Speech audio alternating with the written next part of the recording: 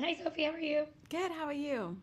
Doing great. So to start, I was trying to figure out the best way I could describe this movie, and all I could think was it's misery but for the girlies. Because it does feel like every person I've talked to who's seen it is like that's a woman is like, no, I loved this. This was a perfect like way to kind of break that down. When you are doing something that, people think of misery and they think that, oh, poor that man, like I feel bad for him. And this really flips that on its head in like a very fun way. How was it getting to not only explore that through writing, but then to get to play with the actors when you guys were working and directing it and making it kind of come to life in this very fun way? It was so fun. Yeah, I mean, we had such a blast, and it's a comedy, and I think Misery is such an incredible film, but it's certainly not a comedy, and it's really got a lot of darkness to it. So I think getting to tell a story that's kind of poking fun at this idea of the crazy woman, but in a way that's hopefully nuanced and fun, yeah, was really a dream come true. When I like that it is, the setting is this very quaint, beautiful house that like looks perfect and is for the most part everything is relatively tame, even when things get off the rails. Did you ever like kind of contemplate making it go a little more off the rails? Or did you kind of have your stopping point when you were going through the writing process where you're like, this needs to stop for her here and it can't go any further because then that teeters at that one step extra?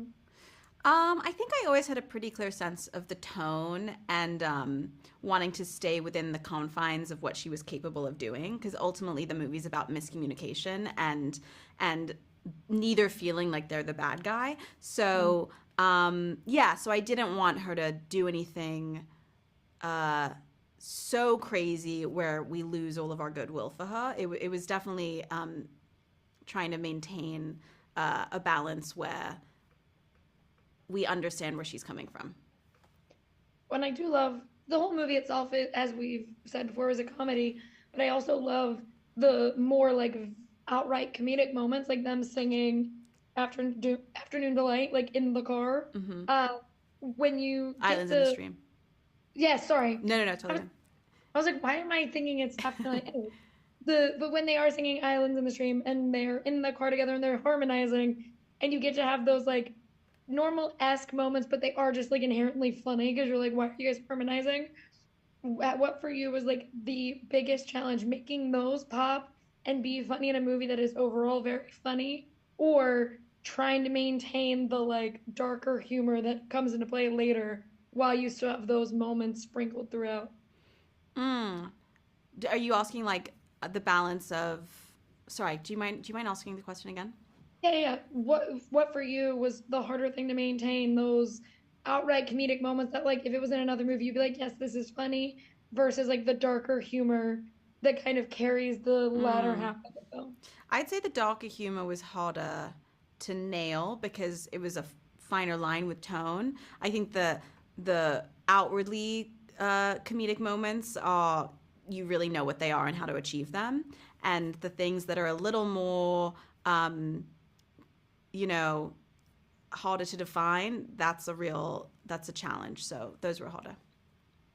Well, I love this movie a lot. I Thanks. was laughing the entire time. And so I can't wait for everyone else to get to see it. So thank you for talking with me today. Thanks so much. I'm glad you liked it. Thank Bye. you. Have a great night. How Hello. are you? Good, how are you? Doing great. To start, I wanted to ask you guys, you get to harmonize in a car in this movie. I know it's Islands in the Stream, but were there any other songs that you were like, listen, we can figure out the harmonies and make this song work as well, and then make it an extended cut of you guys just singing in a car? Was there one for you? I don't know. What do you think? Well, I was thinking there's this one song. It's another Dolly Parton song Which song? with Chet Atkins. Is that his name? That's his last name, right? Atkins. Just looked it up too. I was like just thinking about it. It was You've Been on My Mind or something like that. Yeah, you know what I'm talking about. Yeah, Yeah. there we go. Okay, that would be ours. Yeah, But Logan has Great. a beautiful voice, don't and know so about extended she cut actually does. of this movie is us singing for 4 hours. Yeah. No, you really probably worked on my voice a lot. Like I can tell because I watched that bit and I was like, that is a totally perfectly edited version of me singing because it's pretty off at times, my voice. No. Cracking, hitting notes that are just terrible, like frying my vocals. You're an actual singer. You held up with a theater kid. You did a good job. Thank you. You kept up with a theater kid. Okay. But I do want to ask you guys, I love that I keep describing it as like misery for the girlies. Yeah. Because I was like, no, this is like a woman would be like, yeah, this is fine. She's right at some point. Is it fun to kind of get to change perspective on a story like this? Because for so long, the crazy woman was seen as, the woman that you can't trust. But this movie really challenges how we view both parties in a situation like that. Yeah, I mean, I think that it was so fun to get to, give in to the darker parts of me, but also hopefully create something that women can see themselves in and go, also, maybe I've been there, but also, ooh, I've wanted to do that, but I would never do that. And if I was 5% crazier, I would do that. But look, like my friends and I always go, am I too much? But you're not too much for the right people. And I think, that's why this movie is also like a love letter to, your best friends that are there through it all. Well, I love that. I love because, I think every girl's been called too much at some point in her life. So I love that. But I also want to ask you, this is like a friend group who kind of breathe, like they're like, yes, be chaotic. Like, I'll help you with your chaos. But also now I'm trying to like save myself. How is it all working, both you two together, and then when you get John Reynolds and Geraldine in there, all working together to make this just as funny as it can possibly be towards the end of this movie? It's pure chaos.